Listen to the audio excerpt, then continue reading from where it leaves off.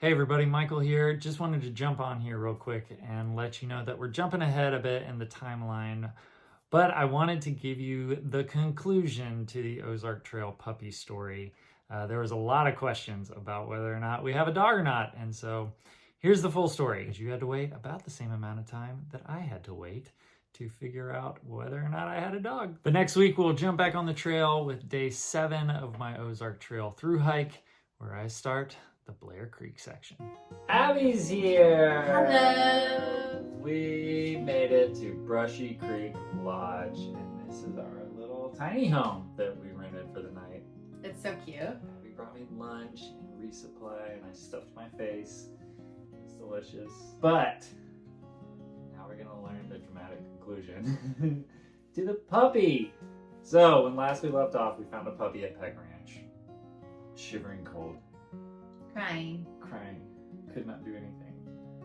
Came out from underneath the car, ran up to us. Michael picked it up. Melted in Yeah. my arms. Immediately stopped crying. You took it back to St. Louis, right? I did. So Michael doesn't know the story yet either. So I'm just like so excited to tell you. So we for sure thought we'd have a dog, just convincing my mom about it. But drove it back 3 hours. So sweet, so good in the car all the way home. Would put its little head on the console, looking at me. And I went to my vet immediately, and they couldn't take me. So they gave me a couple other options. One of them was closed, and I went to another one. They're able to fit me in, and so I'm waiting in the waiting room, and there was this other family that was there, and they had a dog named Dakota, and they also couldn't get into their vet, and they brought that dog because it was limping. It turns out it just had a split nail, which was hilarious. But they had like 3 girls, and they were all petting. They all fell in love with the puppy and were petting her. So anyway, I took her in, and the vet was like, gave her the shots and everything, and the vet was like, so she's 3 months, 14 pounds already. Oh my gosh. So she was gonna be like 60 to 90 pounds. Whoa, that's big. That's way too big for us, for your mom, for everybody. So that's when I started to get nervous, but I was like, I have fallen in love with big dogs, and I was like, I could totally, it would just be, again, convincing my mom. So I hadn't told her yet, by the way. I told her that I was back, but I had to run some errands. So that's when I started to get nervous when so they think that she had Great Pyrenees in her and Australian Shepherd. So that's why they said if she is Australian Shepherd, she'll be on the 60-pound range. If she is mostly Pyrenees, she'd be in the 90-pound. So good the entire time at the vet. I went to PetSmart, got some puppy chow. Carried her in one arm and carried the chow out like that in the other arm because she wouldn't go on a leash. I asked for a leash when I got in, and she was too nervous, so I had to carry her. Brought her home. My mom wasn't there. I was like, perfect, I'll give her a bath. But then I came home and I thought we had dog shampoo, and we didn't, so I had to run back out and get dog shampoo. Gave her a bath, and so good in the bath. I mean, this dog was just so well behaved and so sweet. So when she came out of the bath, she was all dried up. Mom came home and she looks at the dog and she's like, absolutely not. She's like, no way, Jose. Also, our cat was a little like, ooh. I was so curious when I thought of the dog.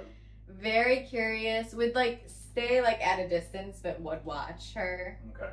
She did. The puppy grabbed her little tennis ball for a second. Uh-oh. And she's like staring at her like, that's my ball. And then at one point went up to her and batted it out of her mouth. Hilarious. So anyway, as soon as mom said no, I just like, before even thinking about it, I called the vet and I go, I know you can't give out personal information, but I would love to know if the family that was in the waiting room, Dakota, would be interested in the puppy. And she's like, yeah, I can't, but I'll call you back. And she called back and she goes, the family would love to adopt. I'm getting emotional again talking about it. As soon as she said that, I just like so happy. bawled my eyes out.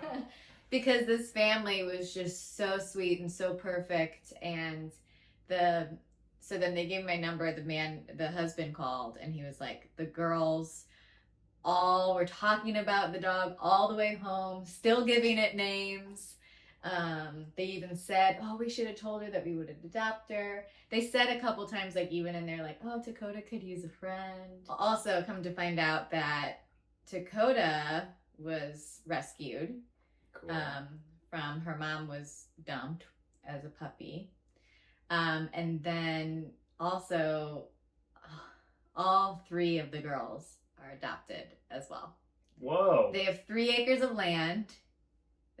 She'll have a friend, and these 3 girls, probably like 7, 10, and 12 are the age of the girls. And so yeah, they immediately came over and took the dog home. And that all happened in a day. Wow. It's That's just amazing. What a perfect. It literally could not have gone better. It really just worked out how it was supposed to. So.